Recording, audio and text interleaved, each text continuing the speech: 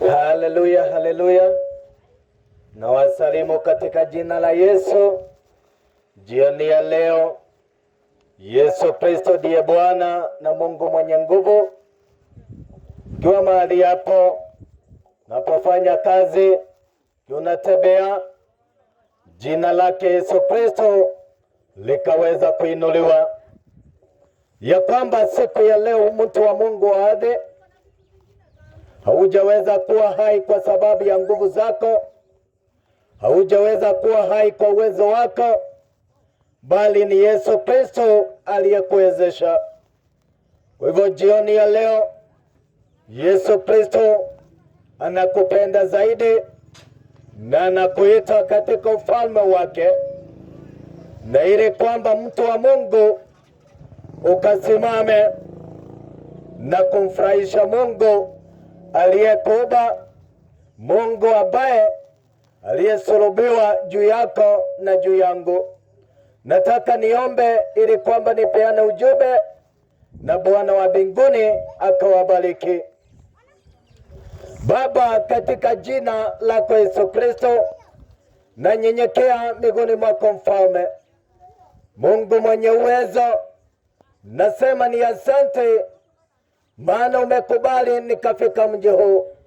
Mighty Father, asante kwa rehema zako Bwana, asante kwa nguvu zako, maana Mfalme wa mbinguni umehurumia watoto wako Jehova, ili kwamba wakasikie neno lako Mfalme. Katika jina la Yesu Kristo, ninabomoa kila nguvu za shetani katika mji huu Bwana, kila maroho na kila mapepo Bwana, ninaichoma kwa moto wako, na ninakiri damu ya Yesu Kristo ikawafungua watu wako Baba, maana wewe ndiye uliye na uwezo na nguvu, ili Baba kukomboa na kuokoa watu wako. Asante Jehova, pokea sifa na heshima, na ni katika jina lako Yesu Kristo Bwana naomba na kuamini. Amen, amen, amen. So mtu wa Mungu unayenisikia jioni ya leo, mara tena na kusalimu katika jina la Yesu Kristo.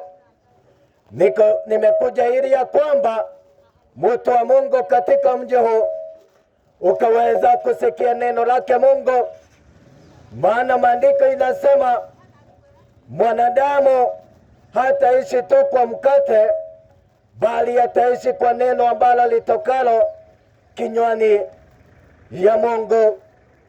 Hatuwezi kuishi kwa sababu ya kula kunywa, maana kuishi kwetu tunaishi kwa sababu ya Mungu.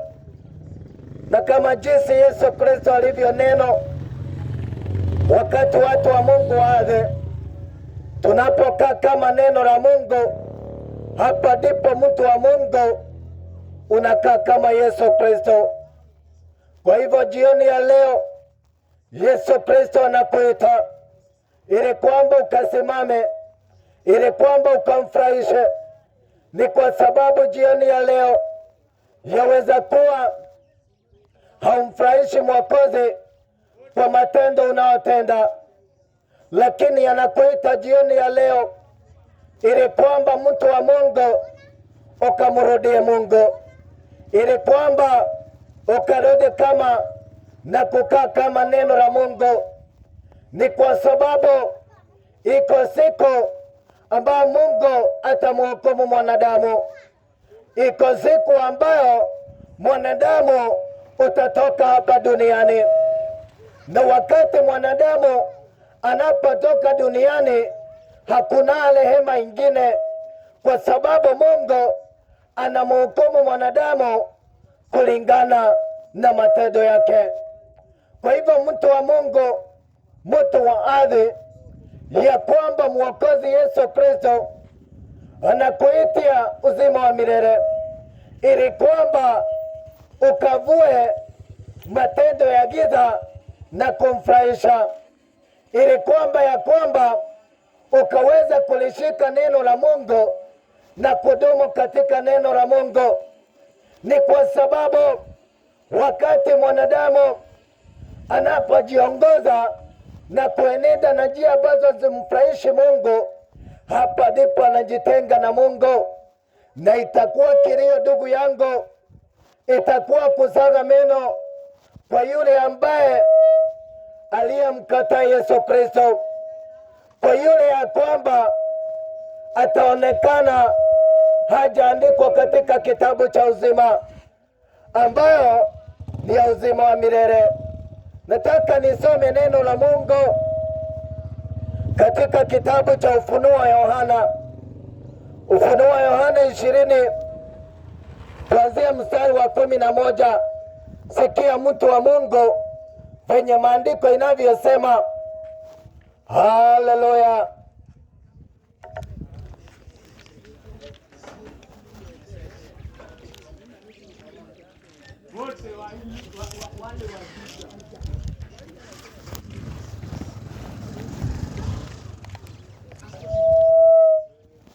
Sikia mtu wa Mungu,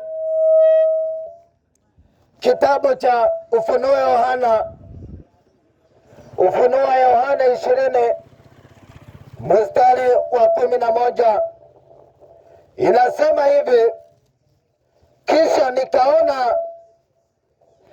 nikaona kiti cha enzi kikubwa cheupe,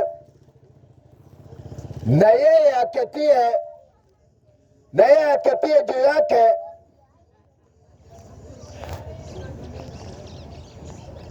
ambaye nchi na mbingu zikakimbia uso wake, na mahali pao hapakuonekana. Mstari wa 2,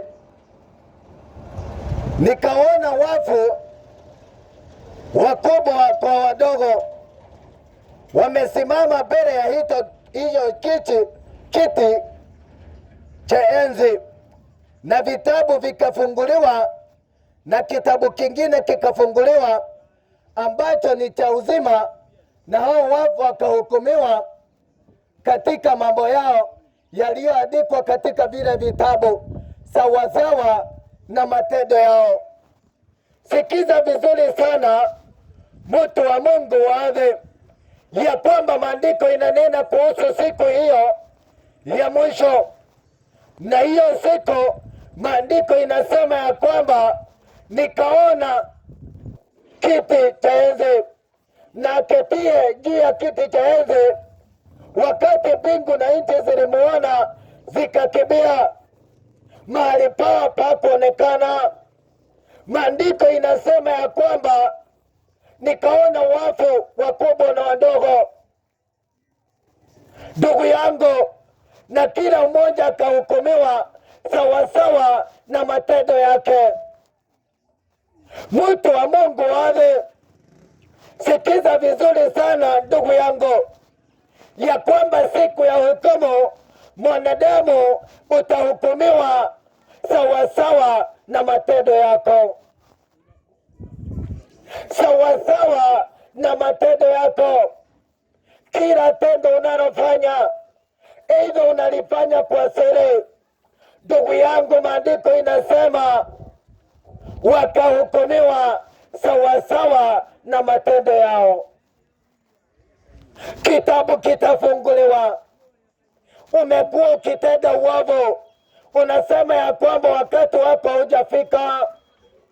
Ndugu yangu, nataka nikuambie, siku zako na miaka yako haiko mikononi mwako. Maisha yako haiko mikononi mwako. Maisha yako iko mikononi mwa Mungu, na ndiposa jioni ya leo anakuambia badilisha mwenendo, badilisha tabia ambayo mfurahishi Mungu, badilisha njia ambazo zimfurahishi Mungu. Matendo ambayo umekuwa ukitenda ya uovu, Yesu Kristo anakuambia jioni ya leo ukatubu na kumpokea, maana hiyo matendo utahukumiwa sawasawa na matendo uliyofanya. Hata yale huwa tunafanya kwa siri, hiyo siku dini ya mtu haitamwokoa. Hiyo siku pesa zako hazitakuokoa. Hiyo siku familia yako waliokupenda hawatakuokoa. Mali yako uliitafuta mchana na usiku, ukasahau Mungu, haitakuokoa. Maana hiyo siku matendo yako yatakufuata sawasawa.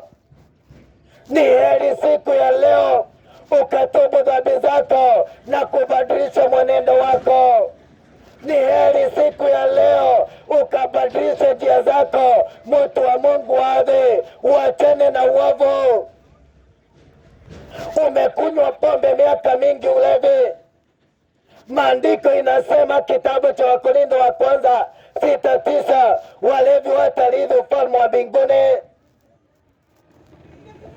Pombe, bangi, miraa, sigara, mandawa itakuelekeza katika moto. Ni heri ndugu yangu ukatubu, uachane na ulevi, maana mwisho wa ulevi ni kwa moto. Haleluya! Siku ya leo unaweza sema unafurahia katika ulevi, lakini Bwana amenituma nikuambie, ulevi utakuelekeza kwa moto. Hiyo raha unayopenda ukahamba itakuelekeza kwa moto. Ni heri utubu, mrudie Yesu Kristo.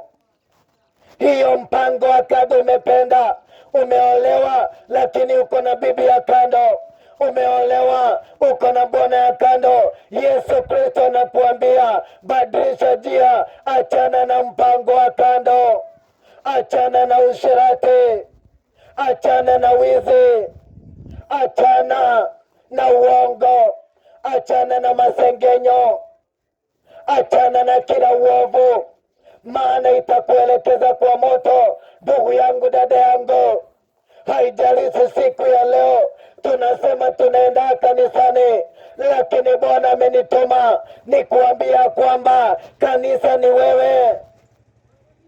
Ni kwa sababu usipokaa kama neno la Mungu, hata kama unaenda kanisani, matendo yako maandiko inasema yatakufuata sawasawa na ulivyotenda. Ulitenda matendo ukajifisha, ukauana ukajifisha, ukafanya uchawi na uganga ukajifisha, ukaimba mali ya wenyewe ukajifisha, ukafanya mambo ya giza ukajifisha. Hiyo siku matendo yako yatakufuata sawasawa. Ni vizuri siku ya leo, kabla wakati wako haujaisha duniani, ukampokea Mwokozi Yesu Kristo. Ni vizuri siku ya leo uamue ya kwamba sitaenenda na uovu tena, nitamchagua Bwana Mungu aliyeniumba, alisurudua juu yako na juu yangu ili ya kwamba katuokoe. Kwa nini udumu katika dhambi? Kwa nini udumu kwa ushirati, ndugu yangu? Kwa nini udumu kwa ulevi ili hali Yesu Kristo alikuja kuokoa? Kwa nini udumu kwa uchawi ili hali Yesu Kristo alikuja kukuokoa? Maana siku ya leo watu wanasema kinga yao ni uchawi, lakini nataka nikuambie mwisho wake ni kwa moto.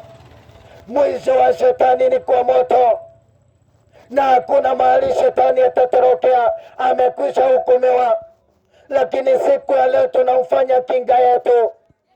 Wewe unasema boma yangu nitakibia kwa wachawi, biashara yangu nitakibia kwa wachawi, mume wangu mke wangu nitakibia kwa wachawi ama kwa miungu yoyote. Lakini nataka nikuambie mwisho wa miungu ni katika moto wa milele, ni katika moto wa milele. Maana hiyo siku hakuna mwanadamu atakuokoa. Hiyo siku hakuna mwanadamu atakuokoa, mtu wa Mungu. Hiyo siku hakuna mwanadamu atakuokoa. Hiyo siku ndugu yangu, pesa yako haitakuokoa.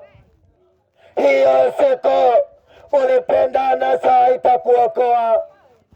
maana maandiko inasema kulikuwa na tajiri mmoja, alikuwa tajiri sana, alivalia nguo za zambarau, alikuwa mtu tajiri sana, lakini maandiko inasema siku zote alikula kwa anasa. Wakati alipokufa akaenda jehanamu. Pesa yake haikumwokoa, ukubwa wake haukumwokoa, maana Mungu ni moto ulao. Bwana Mungu atakwambia, ndugu, uliamuka asubuhi ili utafute pesa, lakini ukasahau Mungu. Uliamuka asubuhi na kula jioni sana, lakini ndugu yangu, haukuwa na nafasi ya Mungu. Ni vizuri sana uwe nafasi ya Mungu. Kwa nini uwe nafasi ya kutafuta pesa na huna nafasi ya kutafuta Mungu aliyekuumba? Je, ndugu yangu, wakati huo fedha itakuwa? Maana maandiko inasema ya kwamba wakati dunia itamuona Mungu, wakati mbingu itamuona Mungu, itatoweka na pahali pao hapataonekana. Huyu Mungu aliyeumba mbingu na dunia, aliye Mwokozi Yesu Kristo ni mkuu, na ndiposa tunastahili kunyenyekea kwake. Wacha kufanya miungu kuwa kinga yako, ndugu yangu. Wacha kufanya miungu kuwa kinga yako, mfanye Yesu Kristo. Yesu Kristo ndiye njia, ukweli na uzima. Yeye ndiye njia, ukweli na uzima, ndugu yangu. Yeye ndiye damu yake iliyo na uwezo. Kwa nini udanganywe ati uchinje ng'ombe na kondoo zitakuokoa? Maandiko inasema damu ya kondoo, damu ya ng'ombe haikufaa, ili hali Yesu Kristo akasulubiwa. Maana damu ya kondoo haiwezi kaondoa laana. Shetani anakudanganya ndugu, anakuambia mababu na mababa walikuwa wanachinjiwa, na ili kuondoa ile laana unaambiwa utoe damu ya kondoo, unaambiwa utoe damu ya ng'ombe. Nataka nikwambie jioni ya leo, haiwezi ikakuokoa, maana utakuwa ukiinua madhabahu mengine ambao ni kinyume na Yesu Kristo, Mungu aliyekuumba. Haleluya! Watu wa Mungu wadhi, siku ya leo Yesu Kristo anakuita. Siku ya leo Yesu Kristo anakuita, anakuambia uvue matendo ya giza. Anakuambia ndugu yangu, yeye ndiye Mwokozi. Amekuvumilia miaka mingi, lakini atakuokoa. Amekuvumilia ili hali umekuwa ukitenda uovu. Nataka nikuambie ndugu, ukitubu dhambi zako, Yesu Kristo atakusamehe. Yeye atakuokoa. Haijalishi umeuana miaka ngapi, haijalishi umefanya dhambi miaka ngapi, haijalishi umemkataa Yesu Kristo miaka ngapi. Maandiko inasema kitabu cha Isaia 1:18, hata kama dhambi zako ni nyekundu, hatazifanya uwe mweupe kama theluji. Utakuwa mweupe kama theluji wakati ambapo utampokea Yesu Kristo, wakati ambapo utasimama na kuishi na njia za Mungu. Haleluya! Sikia vizuri sana, maana siku ya leo huwa tunaona ya kwamba wanadamu wanasema ati ukiwa na mali uko na kila kitu.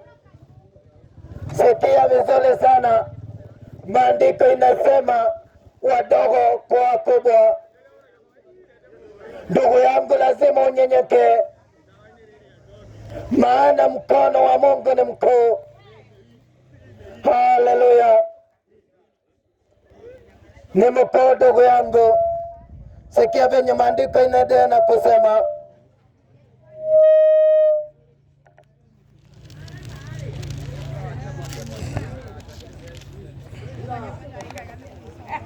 Inaendelea kusema mstari wa 13.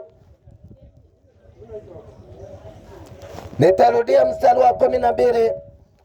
Nikaona wafu wakubwa kwa wadogo wamesimama mbele ya hicho kiti cha enzi, na vitabu vikafunguliwa. Kitabu kingine kikafunguliwa ambacho ni cha uzima, na hao wafu wakahukumiwa katika mambo yao yaliyoandikwa katika vile vitabu sawa sawa na matendo yao. Sikia ndugu yangu, sawa sawa na matendo yao. Kuna mtu huwa anasema ya kwamba ukifa umepotea. Hiyo ndio msemo ya wanadamu, ati ukifa umepotea. Ndugu yangu, maandiko inasema utafufuliwa, na utafufuliwa ukienda kwa hukumu. Umekwisha kusema ya kwamba ukifa umepotea. Hakuna mwanadamu atapotea, hakuna mwanadamu atapotea. Maana hata mwanadamu akifa siku ya leo, aidha aende jehanamu kama tajiri wa Lazaro, ama aende mbinguni kama Lazaro, akingojea siku ya hukumu ambayo itakuwa siku ya mwisho. Ndugu yangu, unaposema Mungu aliumba wanadamu wapo wapotee, unakuwa muongo. Na hiyo ndio unakuta mtu anasema hakunaga Mungu, lakini maandiko inasema anayesema hakuna Mungu ni mjinga. Kitabu cha Zaburi. Kwa nini useme ati hakuna Mungu ili hali nani aliyekuumba? Angalia, mwanadamu hana uwezo hata wa kufanya mvua inyeshe. Hata serikali za dunia zikishikana hazina nguvu. Ni kwa sababu kuna nguvu ingine ambayo ni ya Mungu, na ni yeye aliye na uwezo wa kuifanya. Hili jua unaona ikiwa na moto sana, Bwana Mungu ndiye ameishikilia, na kila chochote huwa tunaona, maana mwanadamu hana uwezo hata wa kuikaribia. Lakini shetani anakudanganya hapa na kuambia useme hakuna Mungu. Ndugu yangu, maandiko inasema asemaye hakuna Mungu ni mjinga, na huyo mtu atahukumiwa na kutupwa kwa moto wa milele. Haleluya! Yesu Kristo anakuita jioni ya leo, anakuambia ukamrudie. Ndugu yangu, mrudie Mwokozi Yesu Kristo. Ni kwa sababu hiyo ndio mapenzi ya Mungu. Kaa kama neno la Mungu. Sikia mstari wa 13.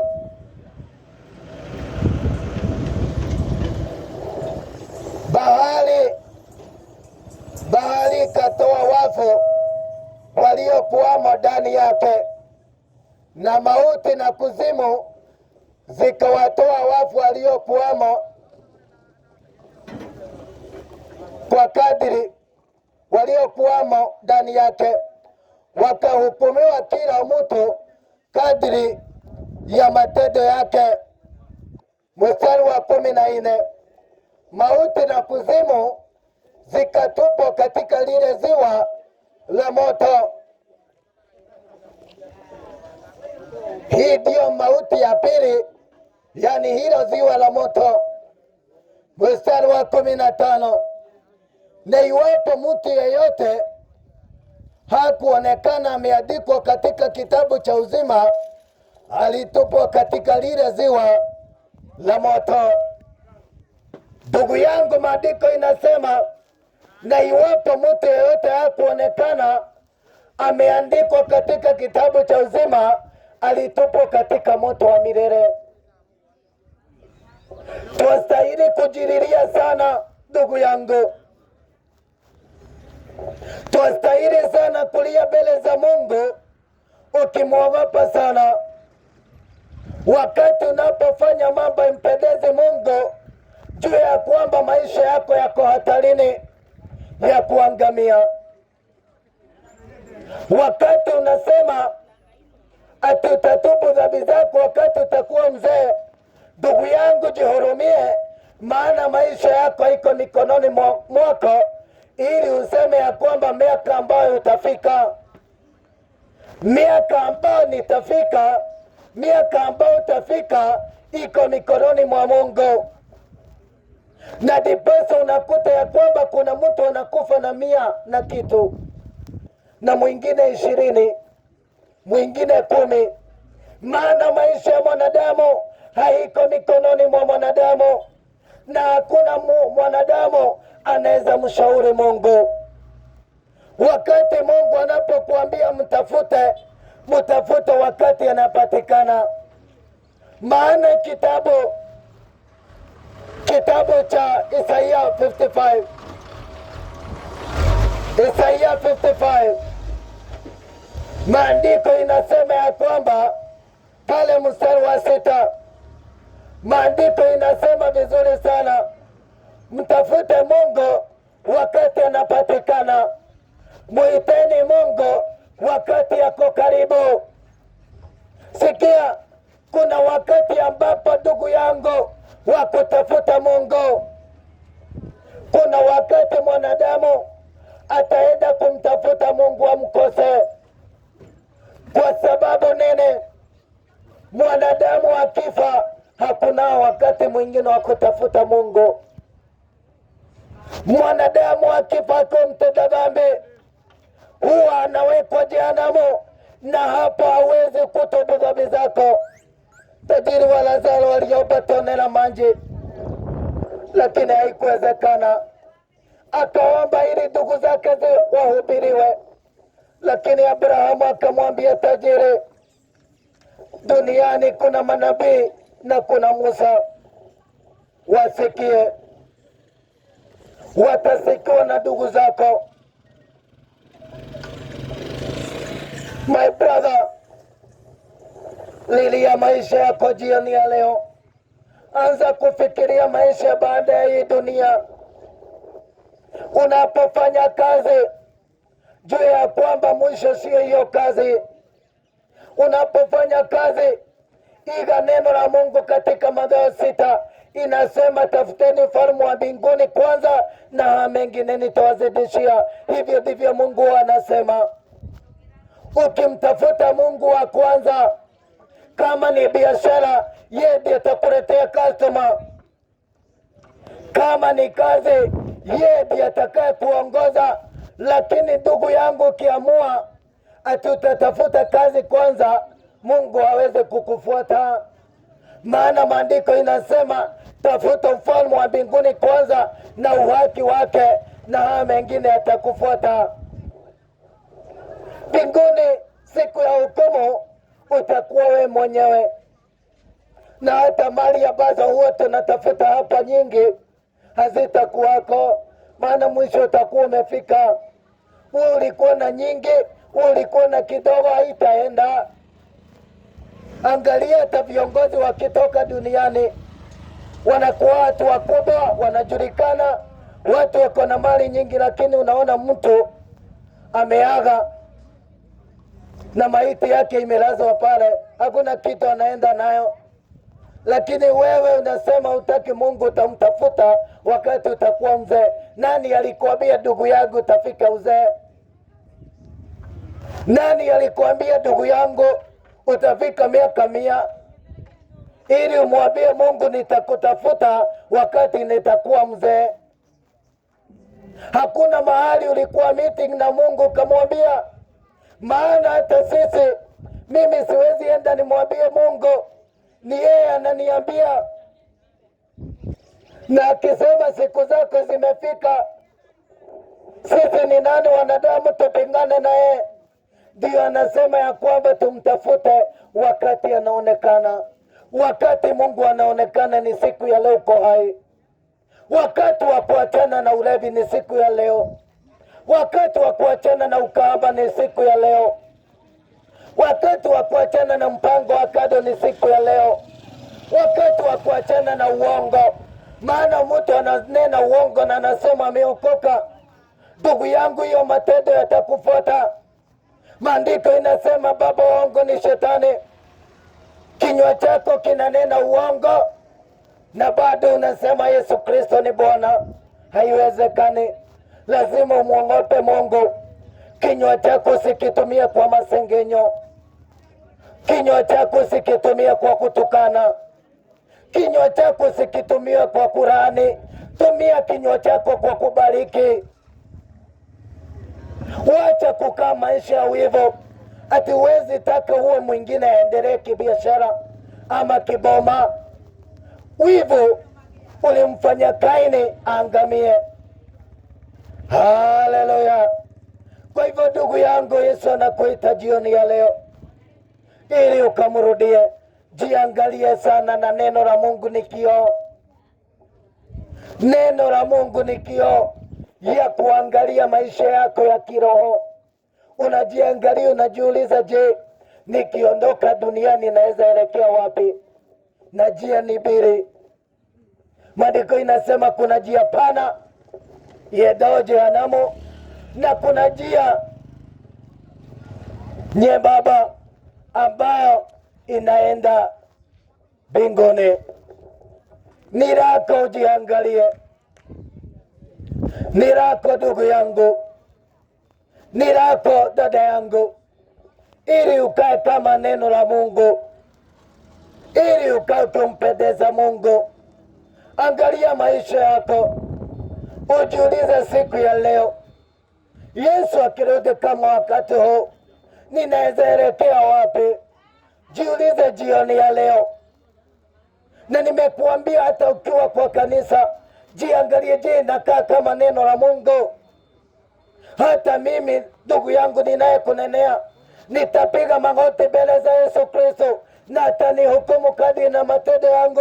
Lazima nijiangalie, nisifanye mambo isiyomfurahisha Mungu. Ninapokuhubiria mtu hadhi, kwanza najihubiria, najiangalia, je, nimekaa kama Kristo na kuogopa Bwana? Haleluya.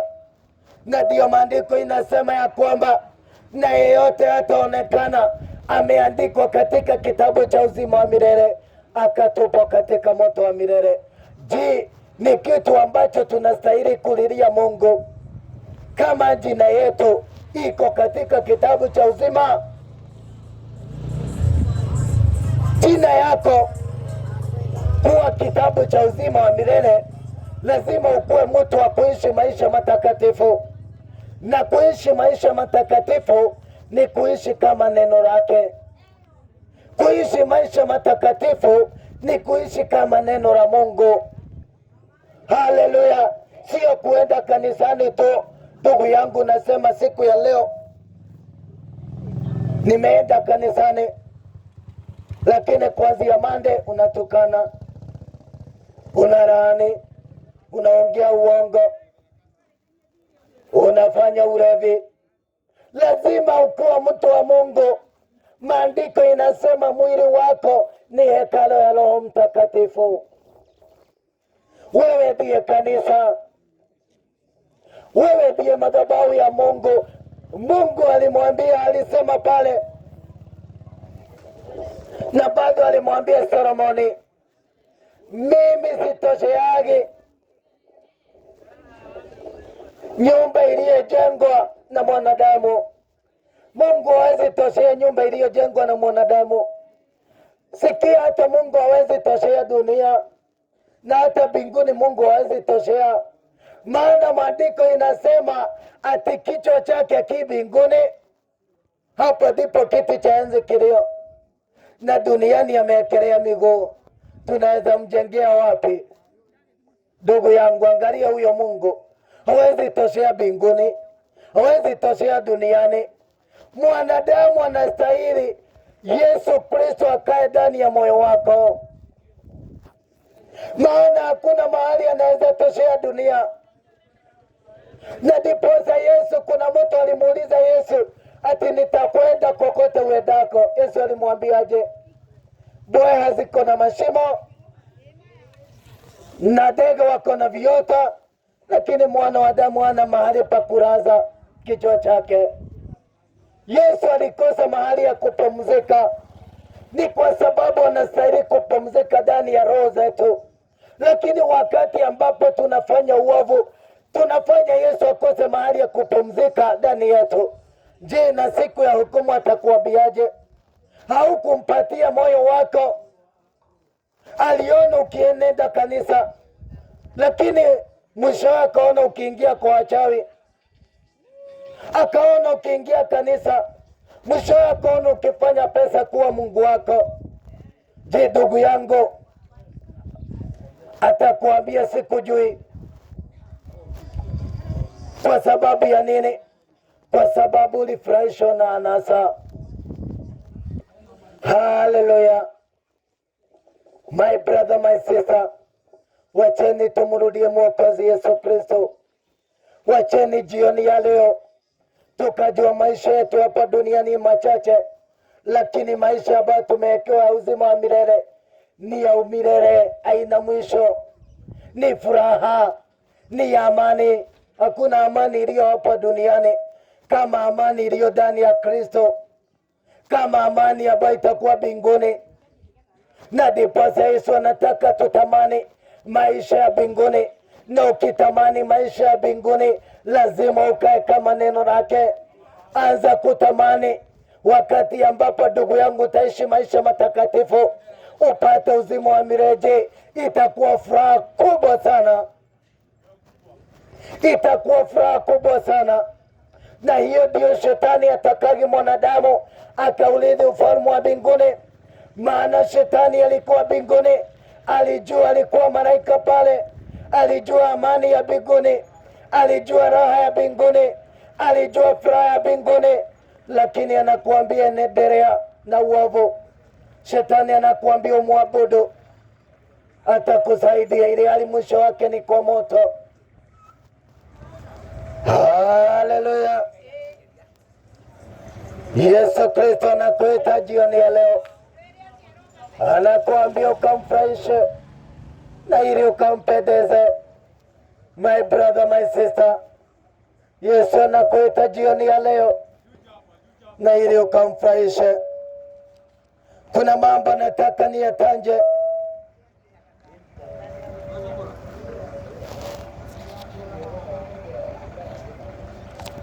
Ili ya kwamba hata mili yetu tumfurahishe Mungu nayo. Mufurahishe Mungu na biashara yako, mufurahishe Mungu na mwili wako, mufurahishe Mungu na kila chochote, kwa sababu kumfurahisha Mungu, hapa ndipo ndugu yangu, wakati unapomfurahisha Mungu, hapa ndipo Bwana akifurahia na matendo yako inahesabiwa kuwa mazuri. Na kumfurahisha Yesu lazima turudi kwa neno. Kuna mambo wa mama tumekanywa, lakini huwa tunasema Mungu hatatuuliza. Kuna mambo ndugu tumekanywa, lakini huwa tunasema Mungu hataangalia. Siku ya leo unaona wanaume wakilala na wanaume gay, homosexual, mtu akiulizwa anasema hiyo mambo haijafika hadi iko. Maana ni spirit ambayo Bwana ameinena kwa neno, na akasema ya kwamba kuhusu gay na mwanaume anayelala na mwanaume mwenzake, wala mwanamke kwa mwanamke, ni dhambi. Na ilifanya Sodomu na Gomora ikachomwa, akaiangamiza kwa uovu. Maana wanadamu walifanya uovu, ukafanya Bwana akasirike na ghairi kuumba mwanadamu. Hata wakati wa Nuhu aliweza kumwangamiza mwanadamu wakati wa Nuhu, na akaangamiza mwanadamu wakati wa Sodoma kwa sababu ya uovu. Vile vile anakuja kumhukumu mwanadamu. Je, ndugu yangu, torokea hukumu. Sikia,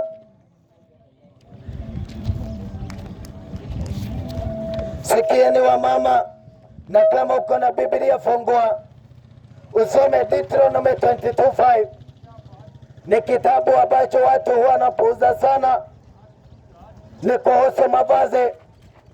Huwa tunapuuza sana, tunaona Mungu hata kama ataangalia na alikanya. Deuteronomy 22 mstari wa 5. Sikia mtu wa Mungu, mtu wa adhi.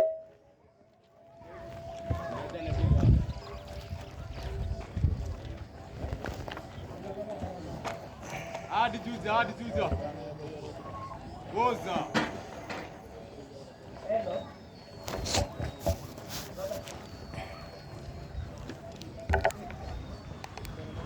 Kitabu cha Deuteronomy 22 verse 5, ama Kumbukumbu la Torati. Kuna kitu nataka tusikie hapa, wanawake na hata wanaume, maana huwa tunaipuuza. Inasema hivi, na ili siku ya hukumu siweze kuhukumiwa kwa jambo ambalo hukusoma ama ukaipuuza. Deuteronomy 22:5 inasema ati mwanamke asivae mavazi yampasavyo mwanaume, wala mwanaume asivae mavazi ya mwanamke, kwa maana kila afanyaye mambo hayo ni machukizo kwa Bwana Mungu wako. Sikiza vizuri sana, wanawake na wanaume. Mungu alimuumba mwanaume na akaumba mwanamke, na Deuteronomy akasema mwanamke asivae mavazi yampasavyo mwanaume, wala mwanaume asivae mavazi ya mwanamke, kwa kila afanyaye mambo hayo ni machukizo kwa Bwana Mungu wake. My brother, wakati unavalia nguo za mwanamke, neno linasema ni chukizo kwa Mungu. Wakati mama unavalia nguo ya mwanaume, ni machukizo kwa Mungu. Deuteronomy 22:5. Lakini siku ya leo tunasema haina shida. Bishop wetu alituambia haina shida, pastor wetu alituambia haina shida. Siku ya hukumu Bwana Mungu atakuambia, siku sema Deuteronomy 22:5. Utamwambia nini? Utamwambia bishop wako alikuambia haina shida. Atakuuliza ulitii bishop ama ulitii Mungu? Maana hata sisi wachungaji na wanadamu, hivyo ndivyo atakuuliza Mungu. Nilikukanya, ulitii mwanadamu ama ulinitii? Ndugu yangu, kama mama umekanya kuvalia nguo ya mwanaume, siku ya hukumu usiseme ati dini yetu. Nimekuambia Bwana wakati wote huwa ananituma, hajai niambie ninene dini, maana dini haitamwokoa mtu. Ndugu yangu, dini haitamwokoa mtu, na kile Mungu anataka tukae ni tukae kama neno lake. Maana hata sheria za makanisa zetu, kama siyo neno, hautaikuta hukumuni, maana hiyo ni ya wanadamu. Lakini neno la Mungu litakuwa pale, Mungu akikwambia si nilikukanya hii. Haleluya! Hiyo ni kuhusu mavazi. Nataka nisome, na kama uko na Biblia fungua bado, Timotheo wa kwanza 2:9, 1 Timothy 2:9, ili usikie jambo lingine. Wa mama hata wazee tumekanywa, lakini tunaweza lipuuza, useme ni urembo na ni kitu Bwana Mungu amekukanya. Mwingine anasema hapana, dini yetu hatuulizagi. Nimekuambia kwanza wachana na dini, angalia neno la Mungu. Angalia neno la Mungu, kwa sababu ndilo litakalo kuhukumu. Hiyo siku mchungaji wako hatakuwa. Haleluya! Sikia mtu wa Mungu, Timotheo wa kwanza 2:9.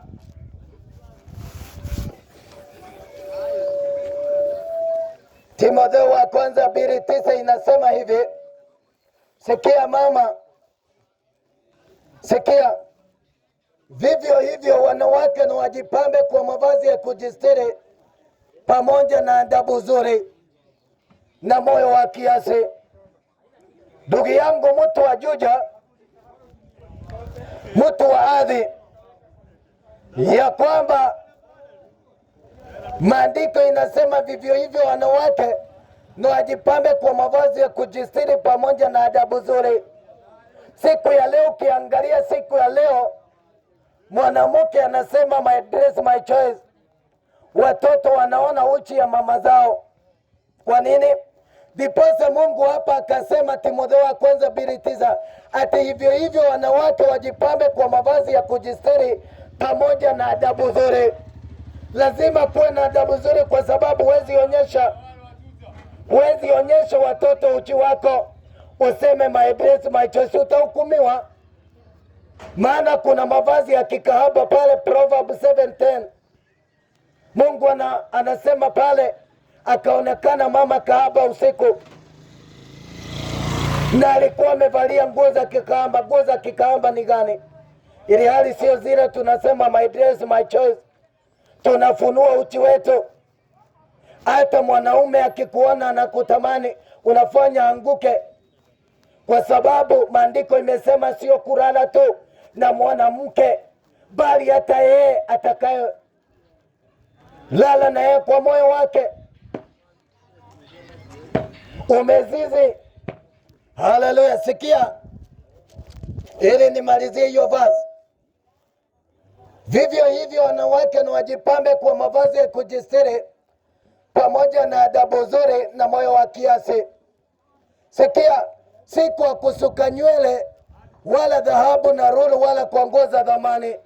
Nasoma Timotheo wa kwanza 2:9, ati wala sio kwa kusuka nywele. Nani alikupa ruhusa, aidha mwanaume ama mwanamke, kusuka nywele?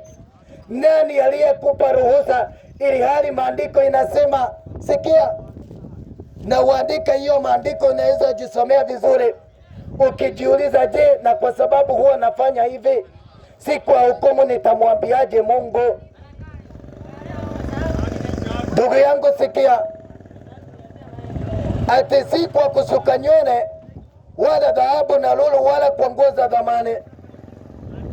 Wakati mwanamke unasuka nywele, na ili hali Yesu amesema hapa Timotheo wa kwanza 2:9, wakati wa hukumu wafungue hilo neno akuambie ni mimi nilikanya, utamwambiaje?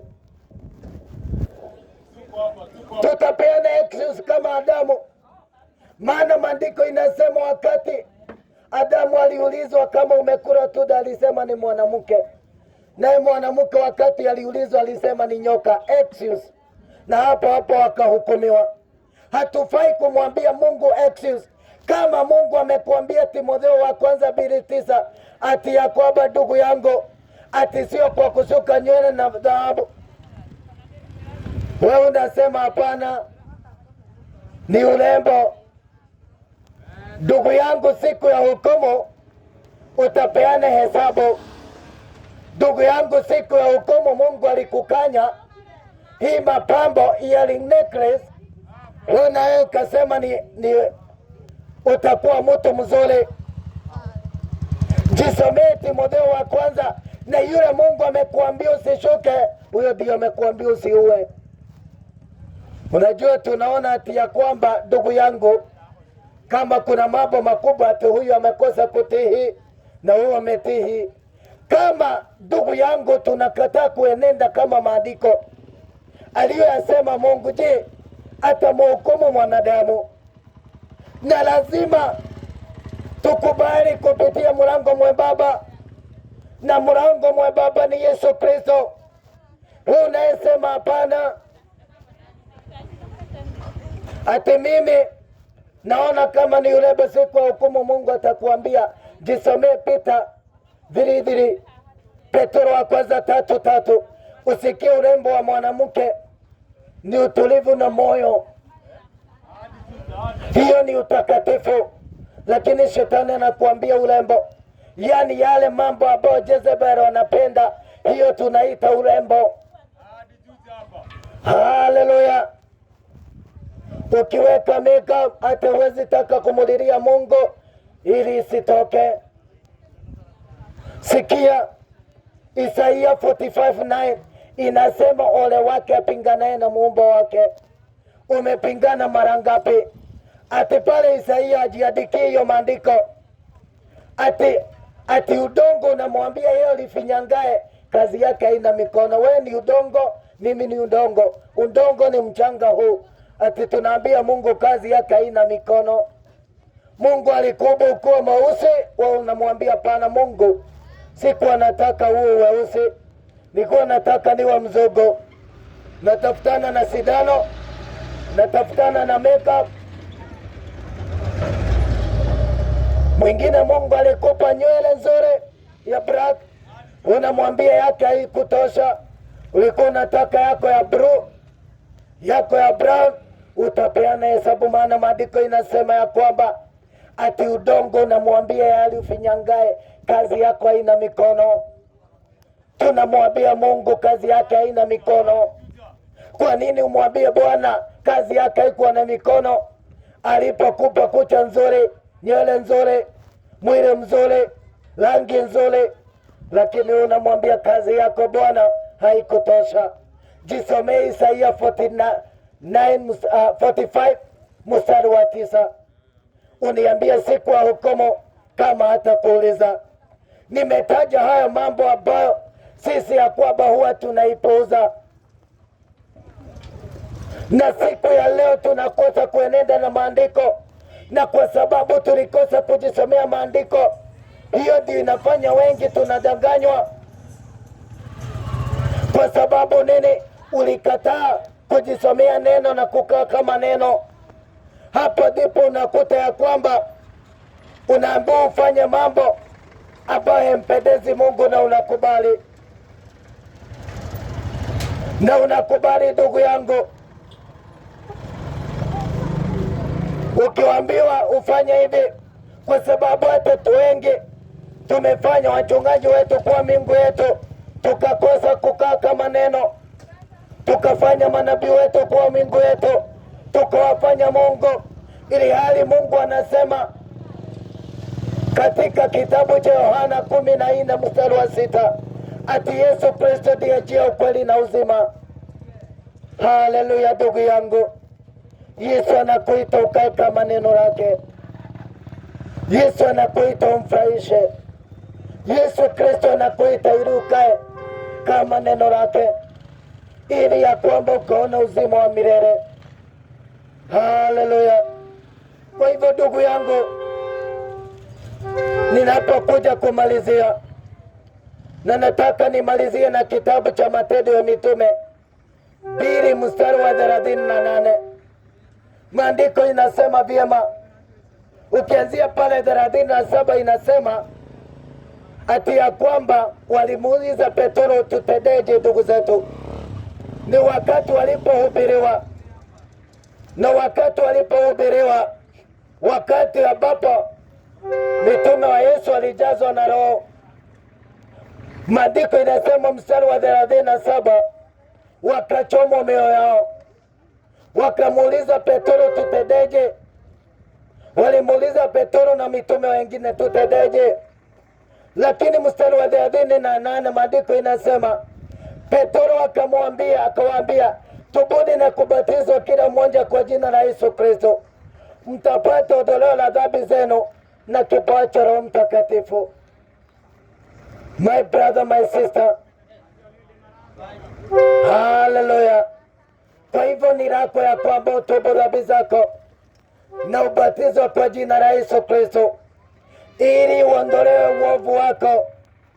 Lazima ukaweza kukaa kama neno la Mungu, maana mapenzi ya Mungu, ndugu yangu, dada yangu, ili tukae kama neno la Mungu, ili tukamfurahisha Yesu Kristo. Ndugu yangu, jioni ya leo Yesu ametumana juu yako. Ni heri uamue kumpatia maisha yako, ni heri uamue kukaa na njia zake, ni heri uamue, my brother, ukakaa kama neno la Mungu. Yesu Kristo anakuita jioni ya leo, mukubali na ukae kama njia zake. Fuata neno la Mungu ili ukae kama neno lake, na hakika kuna uzima wa milele. Jichagulie, je, utamalizia kwa uzima wa milele ama utamalizia kwa moto. Chagua ni lako ndugu yangu, chagua ni lako dada yangu. Haleluya. Nataka niombe ndugu yangu, dada yangu, na kama ungekuwa hapo ungetaka kutubu dhambi zako, haujafungiliwa mlango, kwa sababu Yesu Kristo ametuma ili ya kwamba tukasikie neno na tukae kama neno la Mungu. Mtu wa Mungu waadhi, ni vyema sana tukakaa kama neno la Mungu.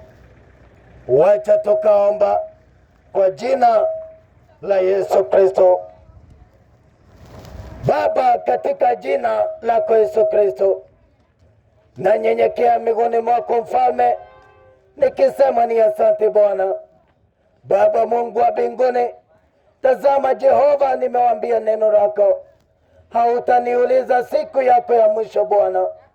Mighty Father Jehova, ninakuomba Bwana ukawahurumie, wakumbuke Baba, ili wakae kama neno lako, jinsi ulivyonituma Mfalme Yesu Kristo. Wacha mapenzi yako Baba yakatimia katika ardhi Jehova, kwa jina la Yesu Kristo. Mtakatifu mwenye nguvu, ninaomba Bwana ukawafungua waliofungwa katika ardhi Jehova, kila minyoro ya shetani ikakatika siku ya leo kwa jina lako Yesu Kristo. Na nena damu yako Yesu Kristo iliyo na nguvu ya kuosha, iliyo na nguvu ya kubomoa, Baba wa mbinguni, ikabomoa kila madhabahu yote ya shetani mjeo Baba. Watie huru, waweke huru watoto wako Jehova, ambao Baba wamedumu katika ulevi na kila aina uovu Baba. Wahurumie Jehova, wahurumie Bwana, ili mapenzi yako Baba yakatimia Mfalme. Asante kwa nguvu zako Jehova. Baba, wabariki, bariki kazi za mikono yao Jehova, bariki maisha yao Baba.